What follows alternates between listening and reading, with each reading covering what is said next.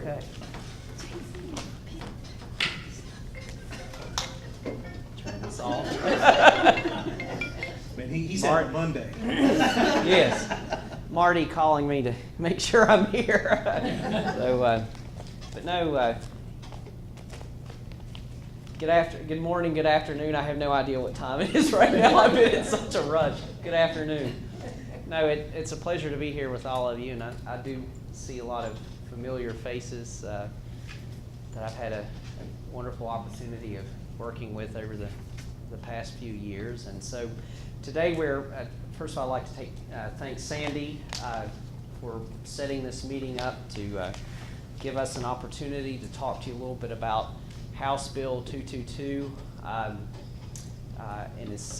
incentive bill that we think could make a tremendous difference in attracting new industries to not only Southwest Virginia, but Southside Virginia, and then other distressed areas in Virginia as well, like the city of Petersburg, and then the Eastern Shore area. I don't know if many of you are familiar with the Eastern Shore area, and of course I've only been there a couple of times, but I was absolutely astonished at how similar their challenges are to ours. And so it's interesting when you go across the state that a lot of people just assume that the only area that's struggling is Southwest Virginia, and that's simply not the case. Although I'm a firm believer that we are struggling more though than some of the other areas, but there are others.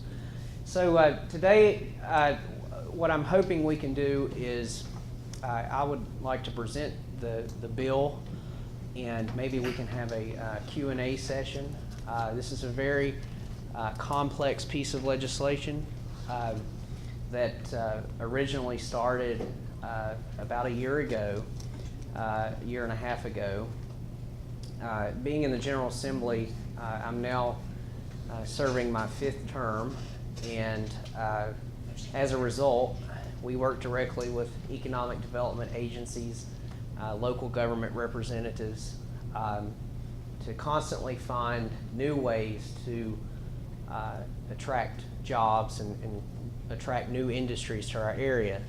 Obviously, the region that I represent is predominantly coal and natural gas, and over the past 50 years, our area became extremely dependent on those two industries and made very little effort to diversify the economy.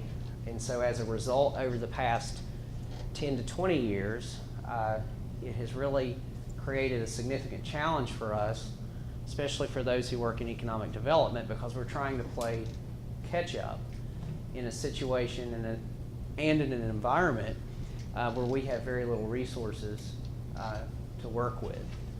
And so I know that all of you are familiar with the major funds that we have available, not only in the coal fields, but throughout the rest of Southwest Virginia. We have VCETA, the Virginia Coalfield Economic Development Authority, also the Virginia Tobacco Commission, of which I serve as a member of, and I see Kathy. We have you. Sandy, I'm sorry, used to be Kathy. Used to be Kathy. Yes, yeah, now Sandy is now on that board. And so I'm confident that we have a very limited window of an opportunity to take advantage of those resources before those resources are gone. And so when we look at the region as a whole, not only the coal fields, but other areas of Southwest Virginia have lost a substantial amount of population. Our poverty rates have increased significantly. And so during this time, I was trying to come up with a way that we could provide a substantial incentive for a company that is an out-of-state company or a new company to locate in our region. And so being experienced in the legislature, I knew that I would have to have partnerships and friends to make this happen. And so I reached out to a colleague of mine, Delegate Aird, who is a young woman In fact, she's the youngest woman to ever be elected to the General Assembly. She represents the city of Petersburg, Dinwiddie, and the Chesterfield area. Very intelligent, outgoing, affable person, well respected within her caucus, and then also well respected within our caucus as well. So I reached out to her and we started talking about the number of challenges, the economic challenges that we're faced with, and right off we agreed on almost everything. And it was interesting that when we started looking at the statistics, the poverty rates, for example, the poverty rate in the city of Petersburg is almost equal to the poverty rate in Buchanan County. The population rate loss, all these numbers were very similar. And so together we were able to come up with a piece of legislation that we thought could make a substantial difference in our region. And so I know you all have already been here for a few minutes, so I really just want to cut to the chase of what the bill will do and take any questions that you may have. I'm not a CPA, I'm not a tax expert. I have a business background. I come from a family that have employed a lot of people in Southwest Virginia, from coal mining, manufacturing to telecommunications. And so, I had a very interesting upbringing. I got to experience a lot of things from a business perspective that that I think have helped me substantially, especially in my role as a member of the General Assembly. And so going back on the conversation with La Charisse, what we came up with is a bill that would specifically target certain distressed localities throughout the Commonwealth. And so when we first introduced the bill, I met obviously with members of my caucus, and it was considered so radical that they said it's impossible to get this passed. In fact, they said there's no way you're even going to get it through the committee because the policy change was so substantial. And obviously we worked extremely hard. We spent thousands, literally thousands of hours individually talking to our colleagues on how important it is that we do something unique to help at least transform or make an effort to transform the economy. And so as a result, the bill did pass. And in fact, more Democrats supported the bill than Republicans, which was surprising to me because the language that's in this bill traditionally conservative Republicans support and not Democrats. And so it just goes to show you how things are changing in Virginia, and they're changing in a good way, I think, using this bill as an example, because we have Democrats in Northern Virginia and that represent urban areas that understand Southwest Virginia and some of the areas that are not as affluent as their localities are now becoming more and more dependent on the state. And they see this could potentially be a very big problem. It already is an issue. It could be a very big problem in the future, especially when we start looking at the core functions of government, education, transportation.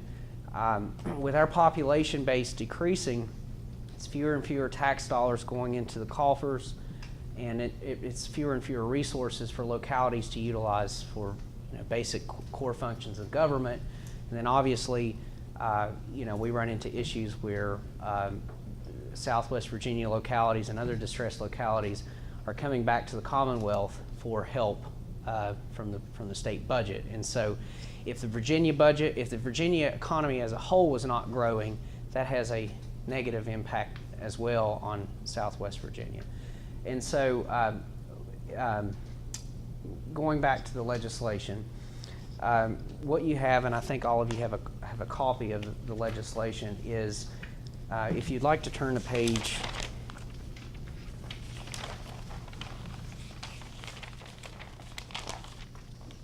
4, you'll see midway through on section 15.2-958.2 grants for certain corporations and pass-through entities. And there you'll see a list of the localities that qualify.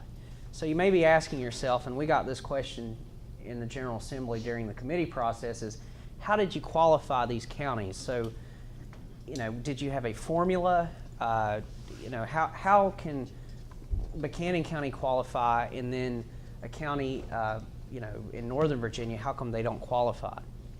Well, we came up with this list based off the common knowledge that the economy is struggling. I mean, you probably deal with this all the time, and of course we certainly do.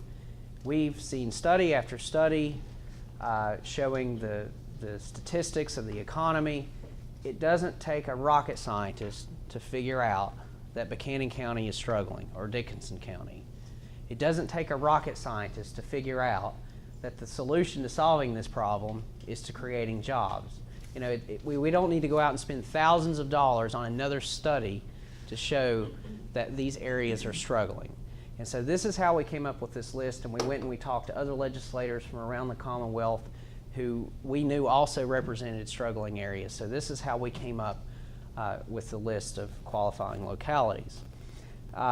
So basically what the bill will do is, if a new company, this can be a company that's an out-of-state company, it can be a newly established company in Virginia,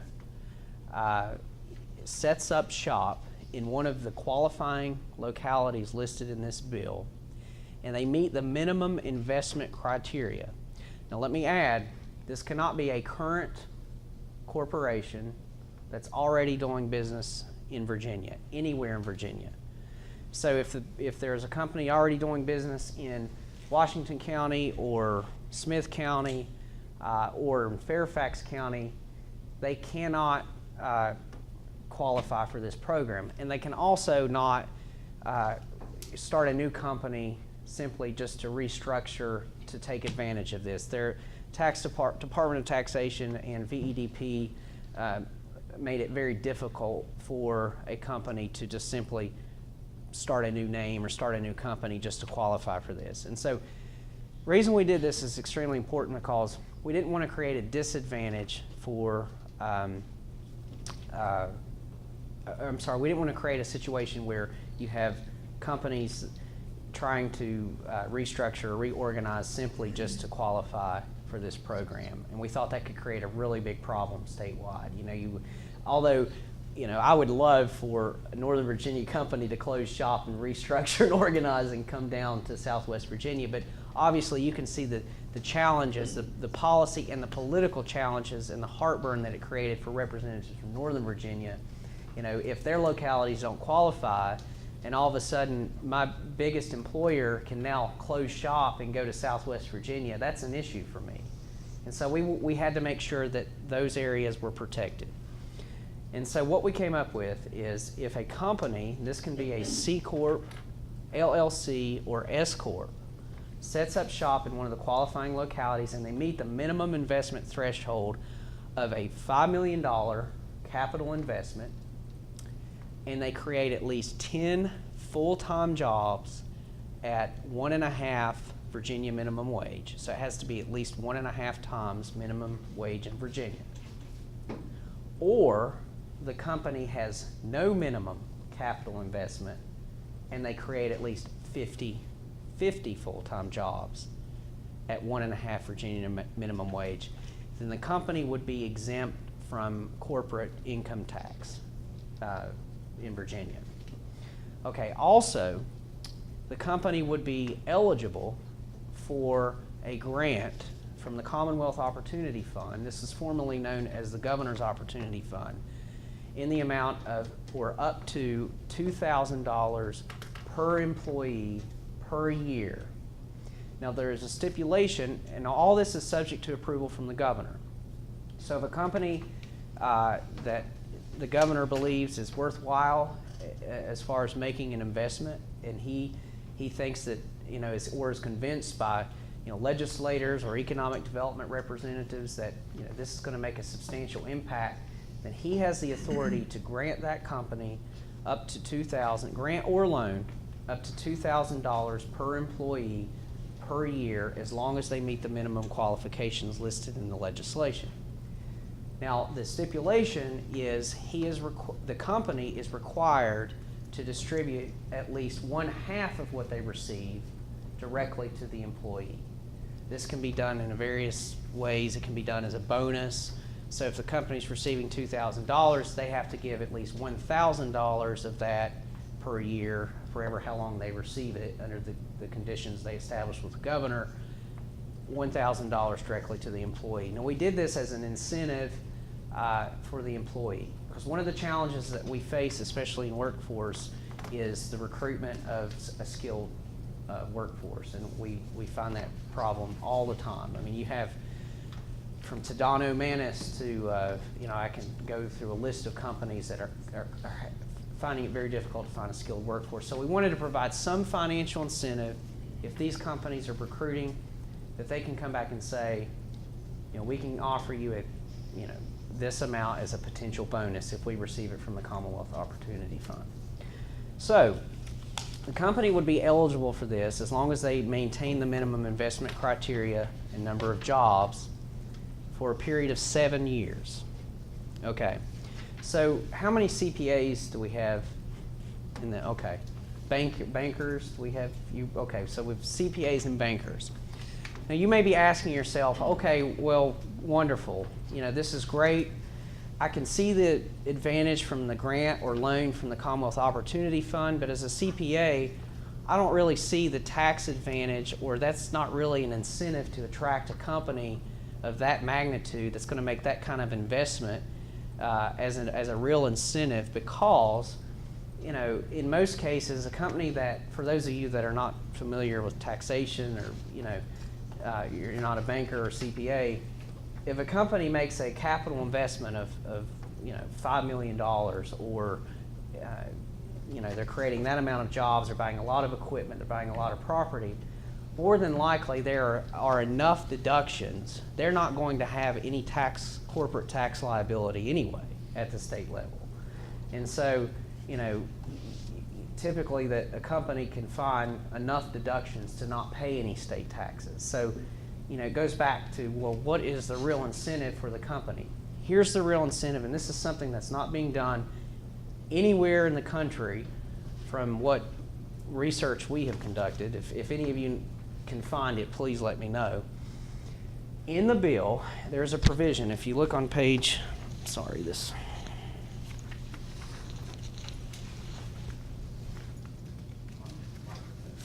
fell off. Okay, so if you look on page 5, at the last paragraph, the second to last paragraph on paragraph B under 58.1. You look at the eligibility requirements here. So it says any eligible company is defined in section 58.1-405.1 may subtract from the numerator of the corresponding factor the value of its property acquired in any qualified locality or qualified localities as defined in section 58.1. Let me just go ahead and skip on down to what I think you'll be very interested in. Any qualified locality, and 3, the sales in the Commonwealth during the taxable year. So under this legislation, a company can subtract their sales from their income tax that are done within Virginia. So where have we ever known of an instance where you can now deduct the sales of your company on your taxes? Why is this big? As a CPA, you might be asking yourself, okay, well, we have enough deductions to not have any tax liability. Now if we can deduct our sales, we're going to have an even greater loss. We're still not paying, or we still don't have any tax liability. Here's the advantage. As I mentioned before, this is eligible for C Corps, LLCs, and S Corps. So pass-through entities. So if you are an established LLC or S Corp, and let me use this as an example. So let's say there's a large nationwide manufacturing company that wants to come in, make the minimum investments, move into one of these localities. That company, as an incentive, not only to themselves, but as an incentive to attract, a real incentive to attract a qualified, skilled labor workforce that no other state is offering, can go in and establish themselves or as an LLC S Corp with a portion of the company as an ESOP, employee stock owner company. So you can now go in as a pass-through S Corp with a percentage of your company operating as an ESOP. So that means all those profits and losses, or at least a percentage, depending on how the structure of the company is set up, are not only passed through to the original owners of the company, but now they are passed through directly to the employee.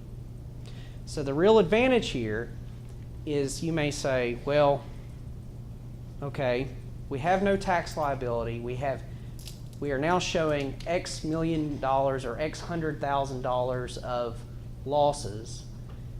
We have 100 employees, and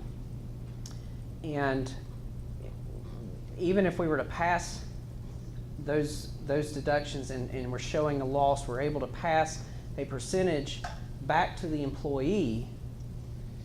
It may not be a substantial loss directly to the employee, so their tax liability may not be reduced as much as they would like.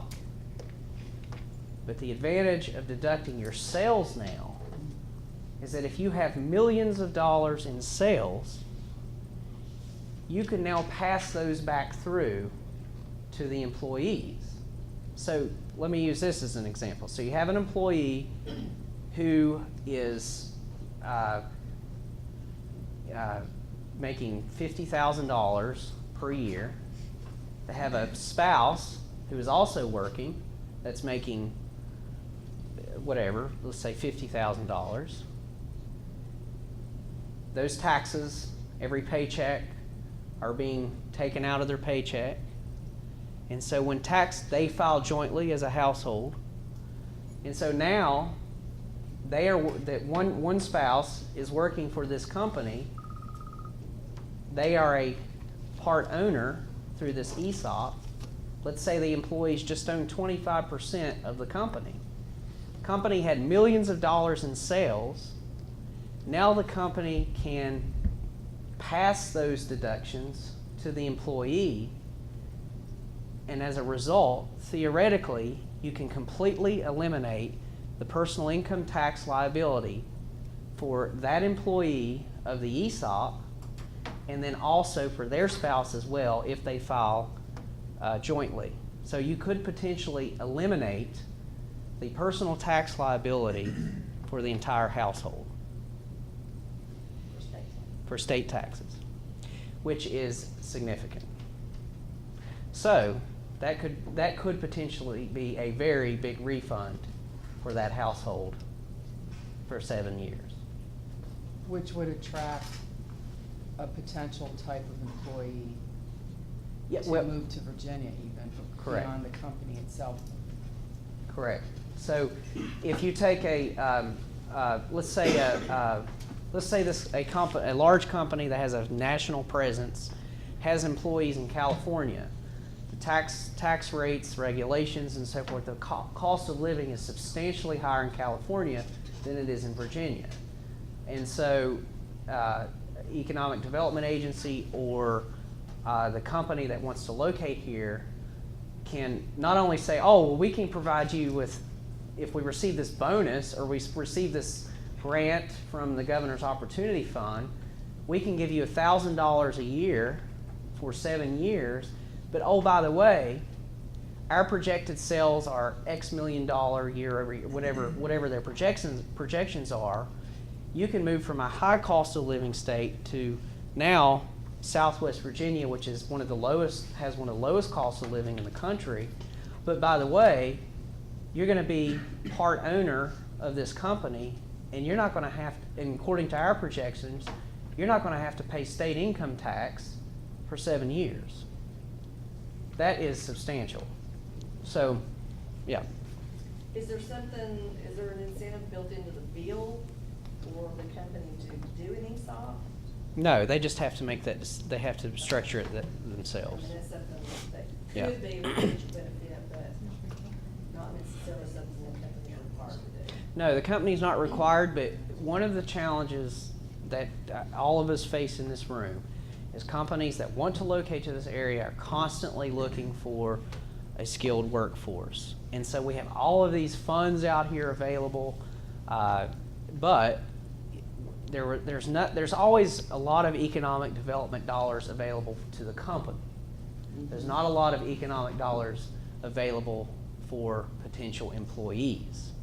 That is where we think this could have a tremendous impact, is because now we're giving someone an actual financial incentive to relocate to the area. So if employee A has a skill set and lives in California, and they're paying, astronomical amount in personal income tax, and then not only that, but they're paying 3 times as much for their personal property tax, in the locality they live in, and their sales tax is high and so forth.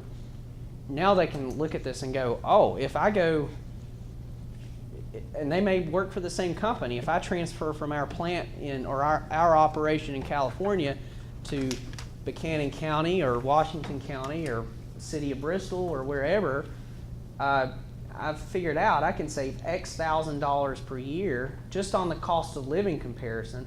And then, by the way, I may not have to pay state income tax or my spouse if they decide to get a job there, because those losses are now transferred to the employee. And so that is where we think there could be a tremendous benefit to potential companies that want to locate here, is there's an actual real financial incentive that they don't have to pay for to attract a skilled workforce. And I think one of the other advantages, obviously, is no one else is doing this. New York had a program where they provided something similar package where they exempted corporate income tax for a period of a few years, spent a lot of money marketing it, but from what I could tell, it didn't include the specific language that we've included in this, and this ultimately achieves our original thinking, is that we wanted there to be a direct incentive for the employee. And I think a lot of the confusion is the bill is so complex. It's really not that complex when you start reading through it, but it's confusing. But as CPAs or bankers here today, if you read through it, it's pretty simple. And so that is the legislation. We are hopeful that economic development agencies are going to further promote this or start promoting it in a very big way, because we have a very, very narrow window that we can take advantage of.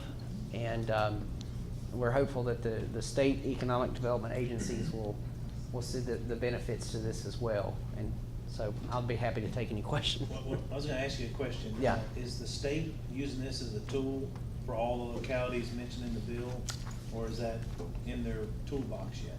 I don't think it's in their toolbox, and it should be in their toolbox. And I think it probably wouldn't hurt if you all reached out to them and asked them to put it in their toolbox, because it's obviously a very big incentive. It's the biggest one, I think, that they have, especially to deal with the workforce issues. Yeah. Sorry to interrupt. Oh, no, it's fine. Yeah. 2 questions. One is related to the timetables for the qualified minimum thresholds of development. So I noticed there's language about, if it occurs 2018 to 2025, does that essentially give you a performance window to set the thresholds of that, or does that correspond to the other federal or the other state grants that would be on the table, like COF? So if the COF's a 3 or 5 year, this would most likely follow that for threshold setting, or could it potentially extend beyond those windows? Well, okay. So as far as the current incentives or the incentives in the past that the F fund provided available. This doesn't affect any of that. Okay. All it does is expand upon it. It just gives the governor an additional option. If he says, okay, well, you still qualify under the traditional guidelines for COF, but now you also we have an additional resource where I, as governor, can grant you up to $2,000 from this fund if I so choose.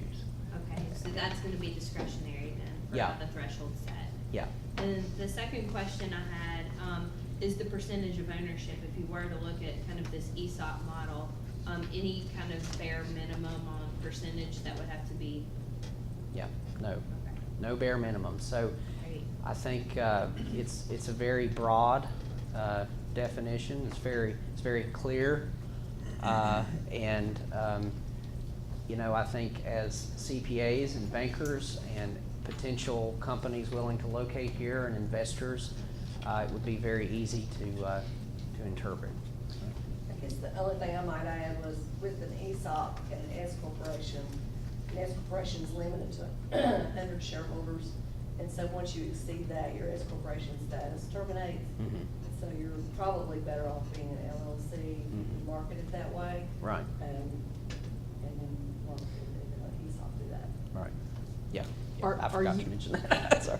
Thank you. Yeah. Sorry, Will, are you talking to the Virginia Economic Development Partnership about this? Yeah, they are aware of it, and I have yet to see it in any of their presentations. So, one observation here is if you worked with them or somewhere in the economic development ecosystem in the state, in the Commonwealth, if there was a calculator created to present to companies, and literally a checklist of features, and to your point about S Corp versus LLC, just to make it easy for a company to look at that and go, okay, here's what I'd get with an immediate move to the Commonwealth, Right. to Appalachia or over to the rest of the horseshoe. This morning, I read an article about the exodus from they're calling it the exodus from California. So to your point, time is of the essence because these companies are leaving. It is so expensive, and people on $100,000, they can't live on $100,000 salary in California, and maybe even if that salary were reduced to 80, it would go much farther here, and the quality of life. There's an aspect of this to how do you pitch this to these states, and you can't go to the states. You have to literally target the companies that you think could do business. It's got to get that granular. And the last thing I would observe is thinking about, and again to your point about what's the size of the company, when is it an LLC, when is it an S Corp, is who does the Commonwealth of Virginia target in the way of a company? So just as you know, in our dreams, we got Facebook, right, to Eastern Virginia, which is great. Who's the target for this legislation? What's the size? Are we attracting entrepreneurial companies?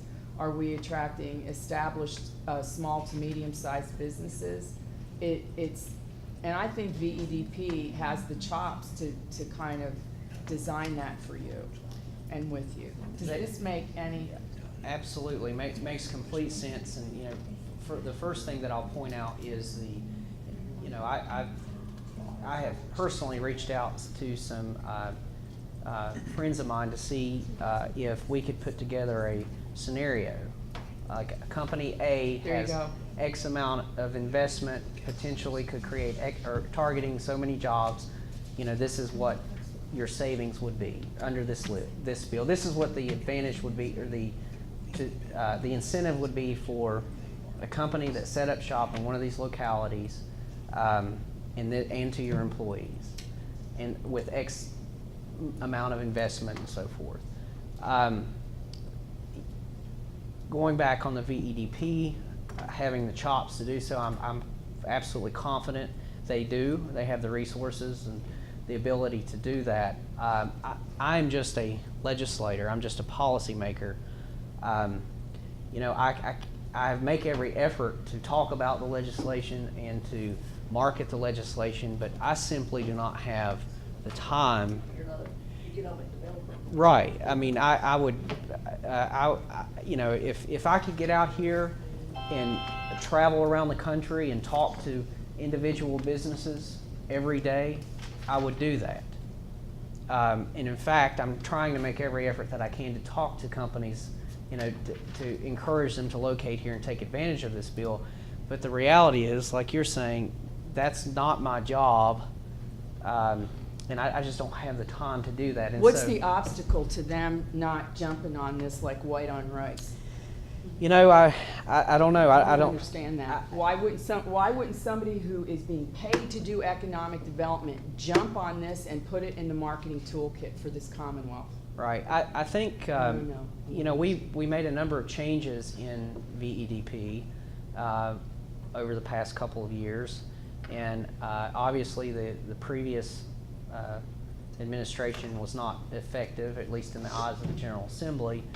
I am very impressed with the current leadership. I think they're making a lot of good efforts. I think it might be a case where this is just new, and people are becoming accustomed to the organization. I know they had to do a lot of reorganization.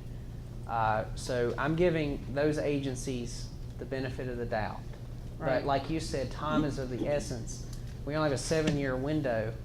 So if you go out, you attract a company or you identify a potential company, you're probably looking at a minimum of 2 years until, at the very most, you know, until they're able to be in full operation.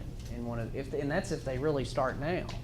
And so, you know, and then we run into an issue of, well, in 7 years, and with the reporting requirements that they have to make and the updates that have to be given to the General Assembly on who's taking advantage of this program, and we can show that it is effective, then I think we might have an opportunity to extend this. But we have to show that it's effective, but it's not going to work until we can really get out here and market it.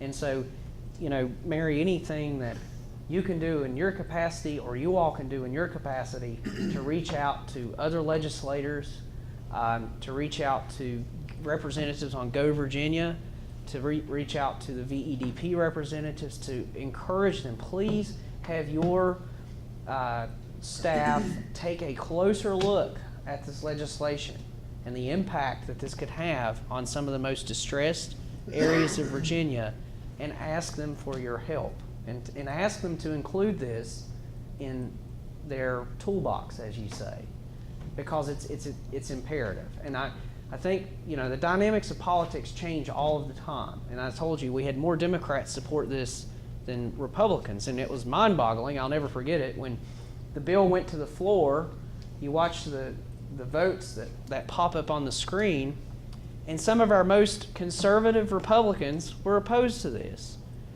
And you had liberal Democrats who supported it. What does that tell you?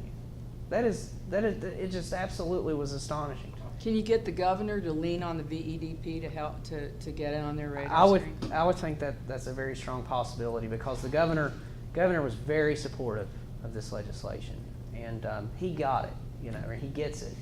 And so, you know, I just think with the dynamics of politics changing, members change. You know, I always say 24 hours is an eternity in politics.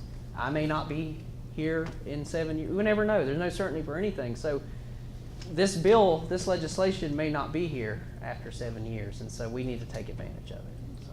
Will this adversely affect the other incentives like the trough and COF, because BDP looks at the return on investment for each company, and if they put this in their formula along with the other incentives, those others could go down and this could go up or stay the same?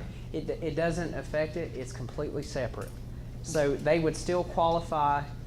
VEDP does not have to take into consideration, and this is the very reason why we did this, because oftentimes, you know, you can cut through all the requirements and the investment and so forth, but really all it takes is the big picture and having a vision. You know, it's just like a business plan. I've never known a business plan to actually follow through on the original business plan. I mean, things change. And so what we wanted to do was, yeah, we left the Commonwealth Opportunity Fund alone. They still have the ability to, you know, qualify with their current formula. But then we also said, oh, by the way, if the governor thinks, because Washington County or Russell or whoever, one of the qualifying localities, has convinced the governor, we strongly support this. This company will come here if you make this award. Then the governor can say, oh, well, they're right. It may not meet the minimum investment threshold from the Commonwealth Opportunity Fund, but now, according to this statute, I can say we're going to grant it to them. And so we wanted just to give them the ability to make that call if he so chose. So, because oftentimes, you know, on paper, it may not show that it's a good plan or that it may not meet certain investment thresholds, but it's common knowledge with the professionals and the teams and the people that are working on the ground that yes, it will be successful, and we can attract this company if the governor says, you know, we're going to make this award. I'll be glad to have the conversation with BDP. I'm on their business development and marketing committee. I'll talk to them about that House bill, but in defense of them, you've got the opportunity zone, you've got this, and you got the collaborative community. That's 3 different new programs that I haven't seen 3 new programs in economic development in, gosh, 16 years. So in defense of them, they're probably trying to figure all this out and how it plays into their incentives. I agree with you completely. That's why, you know, like it's new. We're giving them the benefit of the doubt, but we do need to rush on it. And you mentioned the zones. Right. You take the federal opportunity zones, you combine that with this incentive and all the other programs that are out there. There is not a state in the entire country, when you combine all the economic development funds, this incentive package, and now the federal opportunity zones as it applies to capital gains taxes, there is not a state in the country that compete with this, that can compete with it. It sounds, you would know more given your work with them, but it just sounds like in business terms, that sounds like a competitive advantage that needs to be exposed. To John's point, if you just map out that calculator or the scenario, Right. It's almost like if you're targeting a particular company to come here, you almost act as a consultant and go, look, we've got these 3 programs. We could offer you these 2, or this one is better for you. Does that make sense to kind of? Goes on to your staff.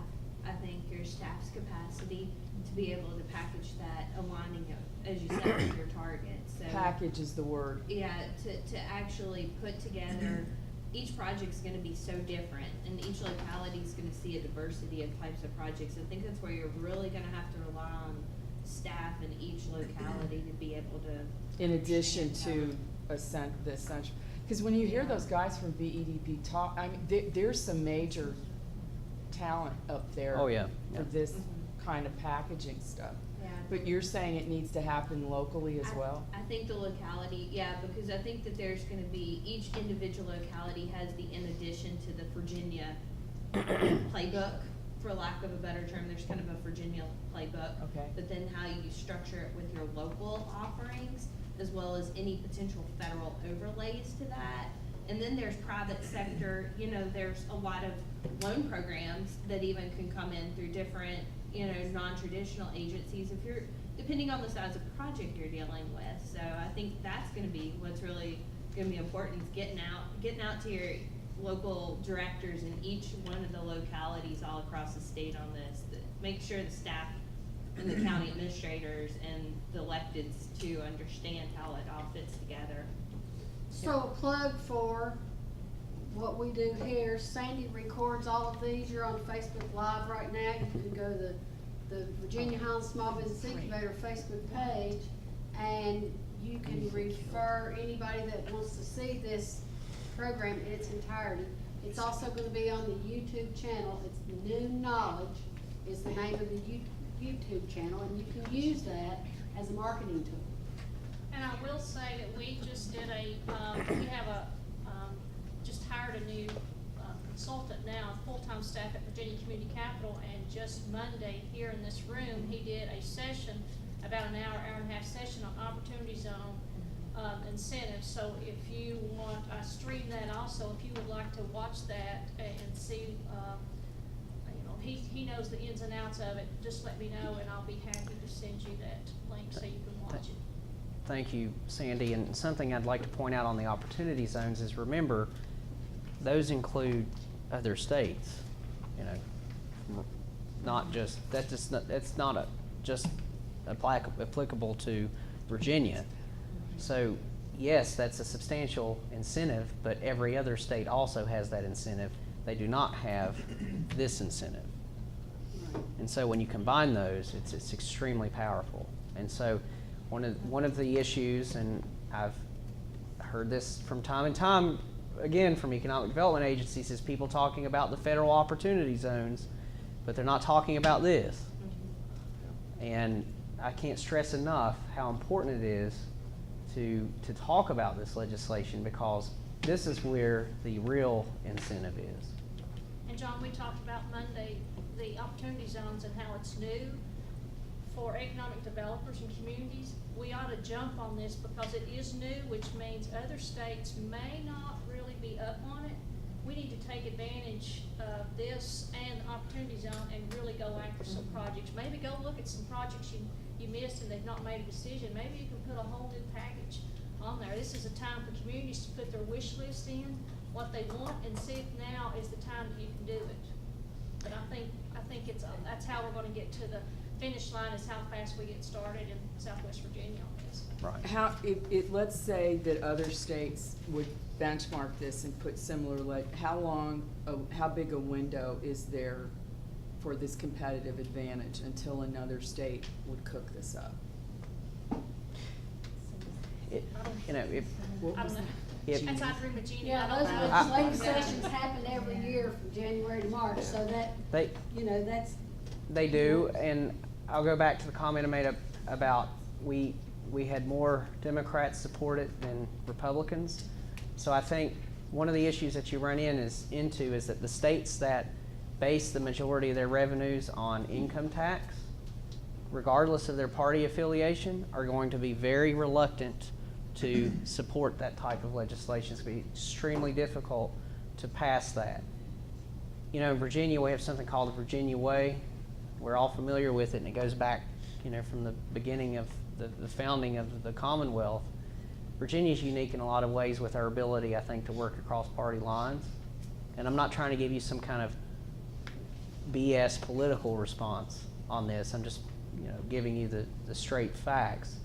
Is that what we were able to accomplish in Virginia with this the strong bipartisan support that my colleagues in my Republican caucus said would never have a chance, is something that would be extremely difficult to do in the near future in another state.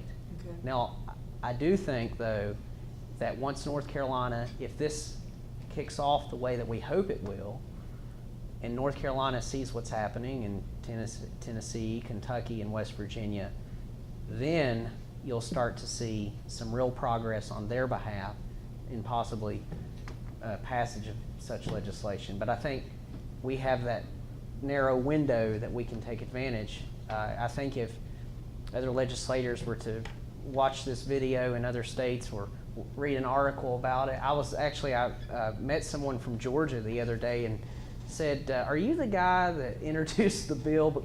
The Washington Post covered the legislation, so that, they were reading it all the way in California. And I said, wow, I didn't know you knew about that. He said, yeah, I read it in the Washington Post.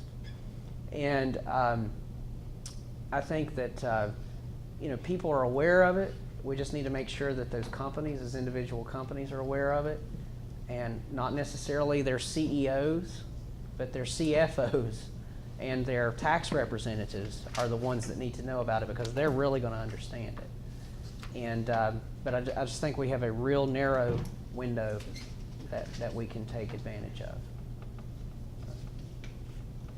Just wanna, first off, thank you for your representation and thanks for coming today. And as you know, I'm a CPA in Lebanon, and I don't know if we've got any Russell County IDA people here or not, so that's a little bit of a disadvantage. But do you know if something like this, for a company that is precluded from Virginia locating here, would that preclude someone that's like, where Amazon is partnering with Warren Buffett and I think it's Chase to do the new pharmaceutical venture? Have you heard that? Would that preclude them if they join together to come, even though Amazon's already located in Virginia? Yeah, you cannot be first of all, the conversations that we've had regarding Amazon's considering Northern Virginia, not this area. So they wouldn't be in an area that qualified anyway. If they are a existing business, or they're already transacting business within the Commonwealth, or I'm sorry, if they are an established corporation, they don't have to be transacting business. If they're an established corporation in Virginia, they cannot qualify. So let me touch on that. And this is our. If they started a new venture jointly with someone else that started. Yeah, if there was corporation. if there were a new venture, new corporation. So if Amazon said, okay, we're going to create a liquid medical marijuana facility. We're going to invest in this as a new company. This isn't associated with what our traditional business practice is. Yeah, then they would qualify. But if Amazon said we're going to put a distribution warehouse, then no, they wouldn't qualify. But if they said, okay, we're going to invest in this company to for this other operation, then absolutely, yeah, that would qualify. And so let me. I know you all are probably in a hurry, but let me add on to that what our next project we're working on is. That's revenue sharing. So we're all familiar with revenue sharing. A good example would be Bland County and Wythe County on the PepsiCo facility. Both of those localities invested in that site, and so now they split the local tax revenue. We have revenue sharing agreements with the hydro pump storage facility. We have a lot of revenue sharing agreements with contiguous counties, that in the area and around the Commonwealth. We want to do this on another level. What we want to do is establish revenue sharing agreements with other localities across the Commonwealth and throughout the country. So, according to the Virginia Constitution, we have the ability to do that. It does not require legislative action. So Washington County or Tazewell County or a conglomerate of Southwest Virginia localities can go into a revenue sharing agreement with another locality or state if they so choose. And so you may ask yourself, well, what is the benefit of that? So we right now are in talks with some localities in Eastern Virginia, and actually we're very close to finalizing a revenue sharing agreement with some of the counties that I represent. The hope is that we can one day establish a revenue sharing agreement with a more affluent county. So why is this important?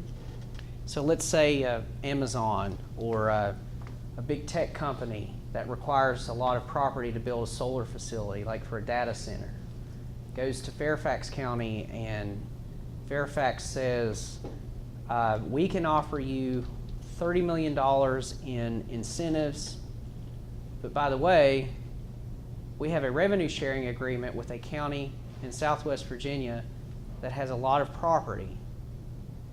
We can still give you the same incentives that we were going to originally offer you if you were going to move to Fairfax, but if you go to the counties, one of the counties that we have a revenue sharing agreement with, we'll give you the same incentives, but you build your facility down there, and then we will benefit from the local tax revenue as Fairfax.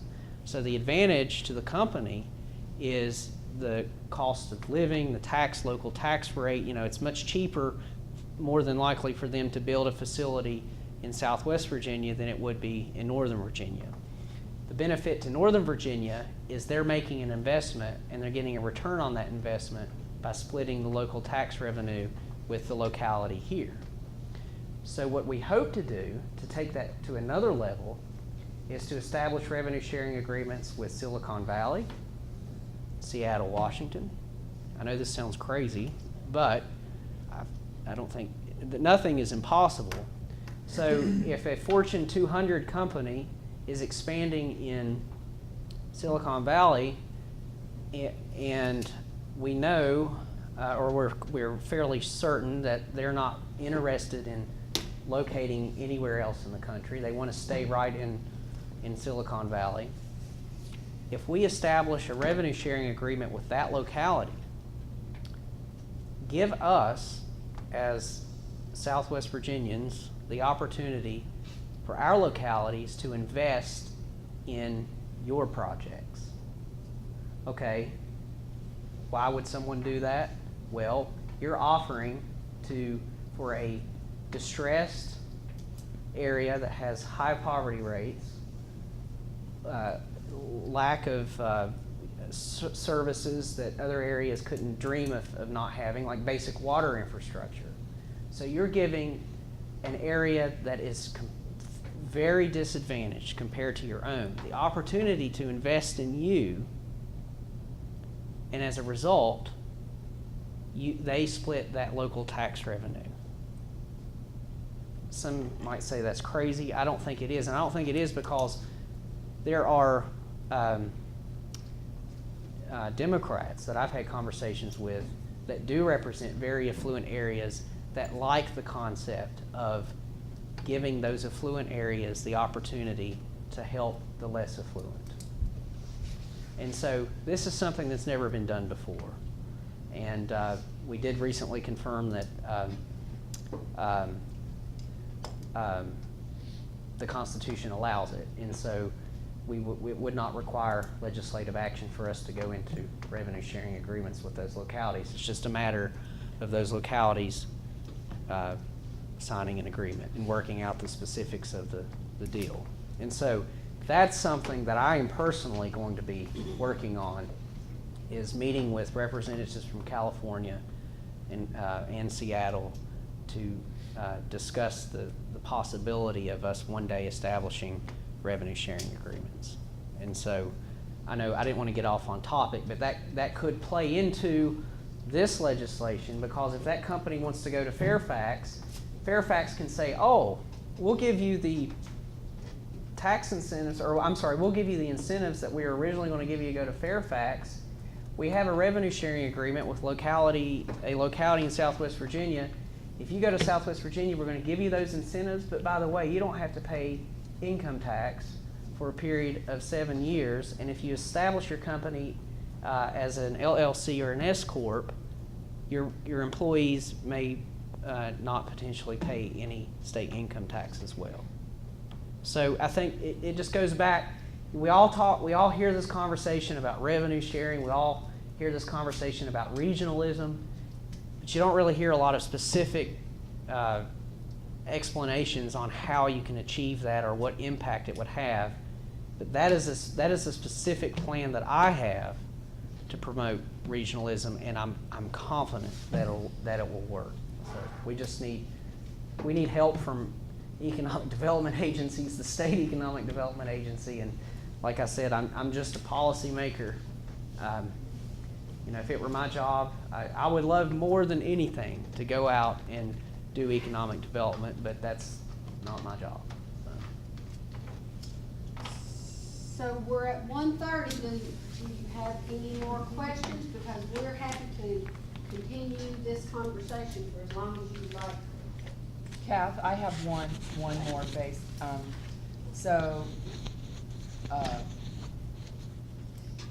Do we expect, what can can we expect companies that take advantage of this, or the entire integrated,